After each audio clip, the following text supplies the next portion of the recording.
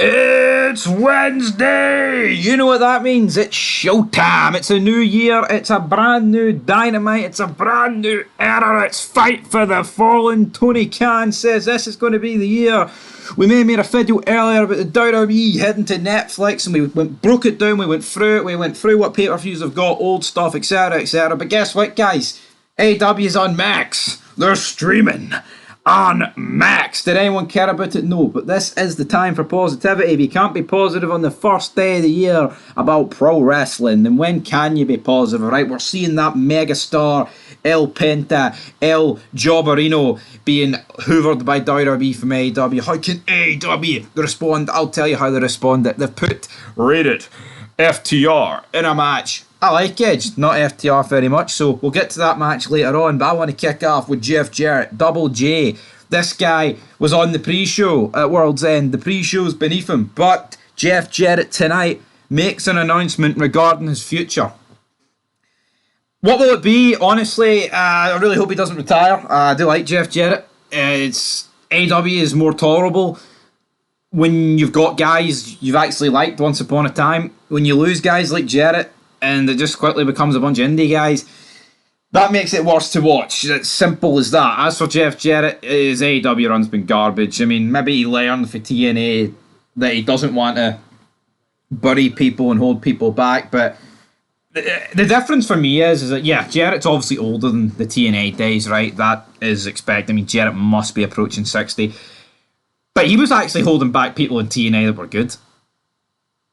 Like, there's no two ways about it. Like, you look at that period where he was properly holding that belt hostage. You've got the likes of Jeff Hardy, Monty Brown, Rhino, guys like that, who, if they just put... I mean, imagine if TNA gave Jeff Hardy the TNA belt around that time, like 04, 05. That could have moved those guys from the upper mid-carders that they were and cemented them in that main event scene, but it didn't.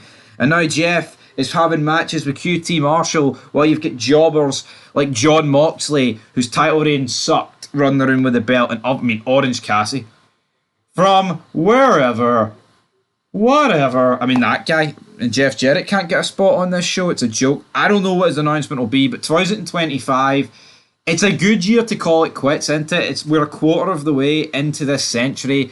It just sounds good. I do it this way, man. Big John announced his retirement for this year. Well, Big JJ announced his retirement. That is my prediction. Right, we have got the Hurt Syndicate against the Acclaimed. The Hurt Syndicate, they have just done them dirty since they've come in, man. There's no two ways about it. Like, what are we honestly doing with those guys? Bobby Lashley should have got pushed to the moon, and he's been absolutely jobbed. I mean, fuck it, feuding with the Acclaimed guys. Oh, but that's brilliant. Oh, Tony Khan's cooking, man. Tony Khan's cooking. Going to go for the Hurt Syndicate to pick up the victory there, because why not? And if you're wanting an AEW review tonight, you're going to get it. Stay tuned. Fog Wrestling, 3:30 in the morning here in the UK. That's about 10:30, 8:30, whatever side of the US you're on. Right, Fight for the Fallen continues. Orange Cassidy takes on Hangman Adam Page, bye. Even though Adam Cole ain't in there. Again, what's going to happen in this match? No idea. Do I really care about what's going to happen in this match? No would be the answer. But we have to talk about it nonetheless, because that's what we do here on Fight for the Fallen. I mean, what AEW has got this like fetish gimmick where they like just name a bunch of their dynamites like random like, you know, title defense, and it's like they're really not any better than like standard shows. I'm gonna go for a draw, and the Death Riders out there to batter both of them.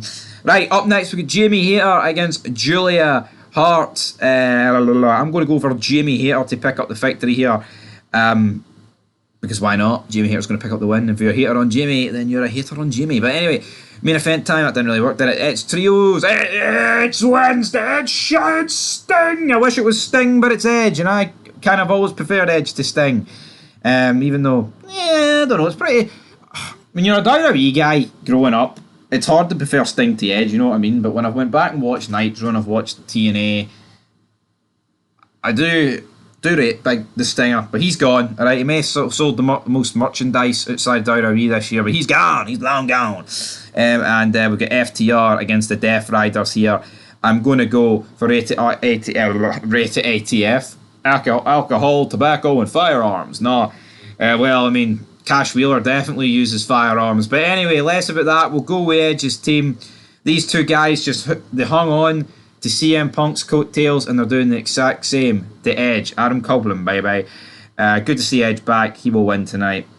But honestly, I just have Edge beat Jon Moxley for the belt. It's quite that simple. Anyway, guys, that's it for your AEW preview. Looking forward to it. Not really, but I'm looking forward to talking about it. Looking forward to your guys' opinion in the comment section down below. Do you like reviews? Do you like that stuff? Oh, aye. Be there. Be square. Peace.